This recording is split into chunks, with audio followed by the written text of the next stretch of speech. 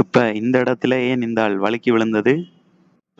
இந்த இடத்துல ஊத்தப்பட்ட அந்த திரவத்தால தரைக்கும் அவற்ற காலுக்கும் இடப்பட்ட உராய்வு விசை குறைக்கப்பட்டிருக்கு.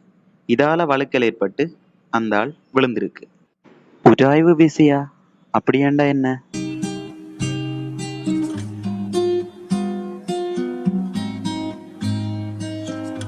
இப்போ பாருங்க பிள்ளைகள், இதில் ஒரு அலுமாரி இருக்குது. ஒரு ஆள் இதை தள்ள போகிறார். இந்த அலுமாரி நில மேற்பரப்பில் இருக்க போகுது.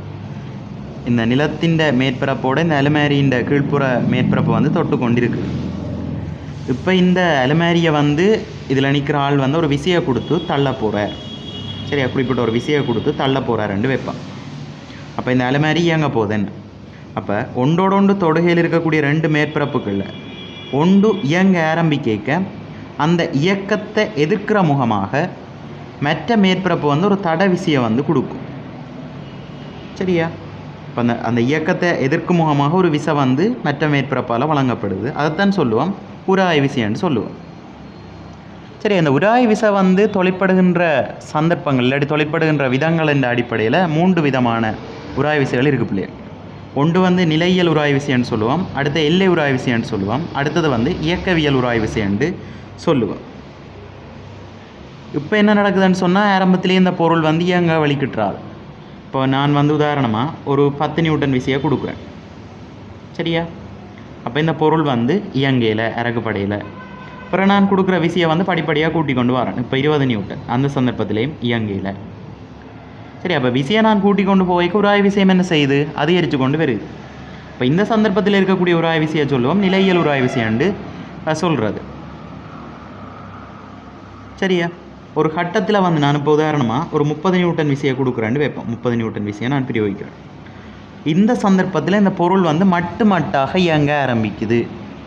சரி, அப்போ மட்டு மட்டாக இயங்க ஆரம்பிக்கிற சந்தர்ப்பத்தில் தொழிற்படுகின்ற உராய் விசையை சொல்லுவோம் எல்லை உராய் விசைன்னு சொல்லுவோம். இப்போ இந்த 30 நியூட்டனும் பார்க்க கூடுதலான விசையை நான் கொடுத்தேன்னு சொன்னேன். உதாரணமாக 40 நியூட்டன் இல்லாட்டி 32 நியூட்டனை கொடுக்குறேன்னு சொன்னேன். இந்த பொருள் பிரவேகமாக இயங்க தொடங்குது. அப்பவும் உராய் விசை தாக்கும். ஆனால் இந்த எல்லை உராய் விசையிலும் பார்க்க இப்போ தாக்குற உராய் விசை சிறிதளவு குறைஞ்சிருக்கு. அது சொல்லுவோம் இயக்கவியல் உராய் விசைன்னு சொல்லுவோம். என்னென்னு சொன்னால் பொருள் இயங்கிக்க தொழிற்படுகின்ற உராய் விசை இயக்கவியல் உராய் விசையாக இருக்குது.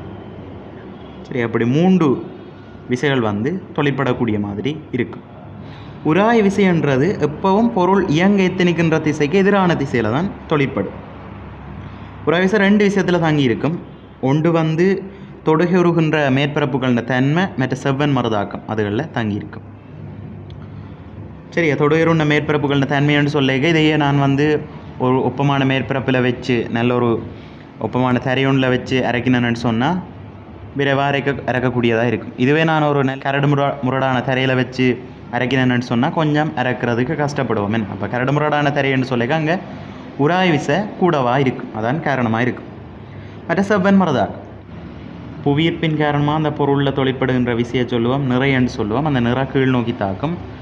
அப்போ அந்த நிற காரணமாக இந்த பொருளின் மேற்பரப்பால் பொருளுக்கு வழங்கப்படுகின்ற விசை நிறைக்கு சமனான விசையை தான் மறுதாக்கம் என்று சொல்லுவோம், செவ்வன் மறுதாக்கம். அப்போ அந்த செவ்வன் மறுதாக்கம் 2லேயும் தங்கியிருக்கும். இப்போ இதுக்கு மேலே இன்னொரு அலுமாரியை வச்சு நான் தள்ள வலிக்கிட்டேன்னு சொன்னால் 30 நியூட்டன் விசையை பயன்படுத்திக்க இந்த அலுமாரி இயங்க வலிக்கிட்டுது. இதுக்கு மேலே இன்னும் பேரத்தை வச்சு போட்டு தள்ள வலிக்கிறேன்னு சொன்னால் 30 நியூட்டன் கொடுத்தா காணுமோ? இல்லை. அப்போ அந்த எல்லை உராய் விசை அங்கே என்ன செய்யுது? மாறுது. சரியா? அப்போ எல்லை உராய் விசை மாறுறதுக்கு செவ்வன் மறுதாக்கம் ஒரு காரணமாக இருக்க போகுது. அடுத்த தொடுகை மேற்பரப்புகளினுடைய தன்மை ஒரு காரணமாக இருக்கு. ஒன்றோடொன்று தொடுகையில் உள்ள 2 பொருட்களில் ஒன்று இயங்கும் போது அந்த இயக்கத்தை தடுப்பதற்கான ஒரு விசை மற்ற பொருளால் பிரயோகிக்கப்படுது. இத்தோற்றப்பாடு உராய்வுன்னு சொல்கிறேன். 2 பரப்புகளுக்கு இடையே இருக்கக்கூடிய அந்த நிலையியல் உராய்வு விசை வெளியிலிருந்து பிரயோகிக்கப்படுகின்ற விசையிலிருந்து வேறுபடுது. ஒரு பொருளின் இயக்கத்தை ஆரம்பிக்கிறதுக்கு பிரயோகிக்க வேண்டிய விசை எல்லை உராய் விசையாக இருக்கும். எல்லை உராய் விசையில் 2 இயல்புகள் செல்வாக்கு செலுத்துது. தொடுகை பரப்புகளினுடைய இயல்பு செவ்வன் மறுதாக்கம். எல்லை உராய்வில் தொடுகை பரப்புகளின் பரப்பளவு செல்வாக்கு செலுத்துறது இல்லை. இயங்கும் பொருள் மீது தொழிற்படுகின்ற விசை உராய் விசை இயக்கவியல் உராய் விசையாக இருக்கும். சரி, அப்போ நிலையியல் உராய் விசைன்னு சொல்கிறது பொருளில் விசை பிரயோகிக்கப்பட்டாலும் இயக்கம் நடைபெறாத சந்தர்ப்பத்தில் தாக்குகின்ற உராய் விசையை தான் நிலையியல் உராய் விசைன்னு சொல்கிறோம் நாங்கள். பொருள் மட்டுமட்டாக இயங்க எத்தனிக்கிற சந்தர்ப்பத்தில் தாக்குற உராய் விசை வந்து எல்லை உராய் விசையாக இருக்கும். மற்றது இயக்கவியல் உராய் விசைன்னு சொன்னால் சார்பியக்கம் நடைபெறுகின்ற சந்தர்ப்பத்தில் தாக்குகின்ற உராய் விசையாக இருக்கு. உராய் விசையினுடைய அனுகூலங்கள்னு எடுத்தோம்னு சொன்னால் இப்போ இந்த கையில் இருக்கக்கூடிய ரேகைகள் காரணமாக தான் உராய் விசை வந்து அதிகரிக்கப்படுது. இப்போ நாங்கள் ஒரு பொருளை, அதாவது கத்தியால் நாங்கள் வெட்டுறது மற்ற பொருட்களை பற்றி பிடித்தலுக்கு இந்த உராய்வு வந்து எங்களுக்கு உதவுது. இதே கையில் ரேகை இல்லை அடிச்சு வச்சு பாருங்க, உங்களால் பொருட்களை பற்றி பிடிக்கக்கூடிய மாதிரி இருக்குமா? இல்லை. அது மாதிரி அடுத்தது உள்ளங்காலுக்கும் நடக்கிற மேற்பரப்புக்கும் இடையே உராய்வு இருக்கிற காரணமாக தான் நாங்கள் வழுக்காமல் நடந்து கொண்டு போகக்கூடிய மாதிரி இருக்குது. வழுக்காமல் நாங்கள் நடந்து கொண்டு போகிறோம். இதுவே ஒரு ஒப்பமில்லாத மேற்பரப்பு, மழை காரணமாகவோ இல்லாட்டி எண்ணெய் ஊத்தப்பில் வந்து அந்த மேற்பரப்புக்கும் எங்களோட காலுக்கும் இடையில் உராய்வு விசை வந்து குறைக்கப்படுது. அப்படியான சந்தர்ப்பங்களில் எங்களுக்கு என்ன நடக்கும்? வழுக்கும். மற்ற வாகனங்கள் இந்த டயர்களில் அந்த தவாளிப்புகள் வெட்டப்படுறது, அதால் தான் வழுக்காமல் செல்லக்கூடியதாக இருக்குது. மற்ற மழை காலத்தில் வந்து வாகனங்கள் அவதானமாக ஓட்டணும்னு சொல்கிறது என்னென்னு சொன்னால் தரைக்கும் வீதிக்கும் இடையே நீர் இருக்கும். அதால் உராய்வு குறைக்கப்பட வாகனங்கள் வந்து வழுக்கிறதுக்கான சந்தர்ப்பங்கள் கூட.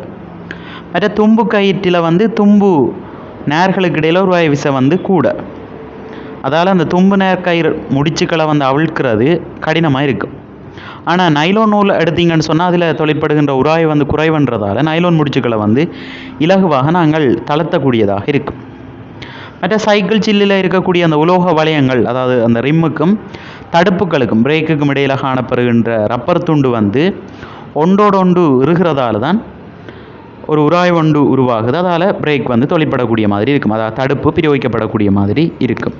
இதை மாதிரி நாங்கள் உராய்வை குறைச்சும் எங்களுக்கு பிரயோசனமான தொழிற்பாடுகளை ஆற்றக்கூடியதாக இருக்கும்.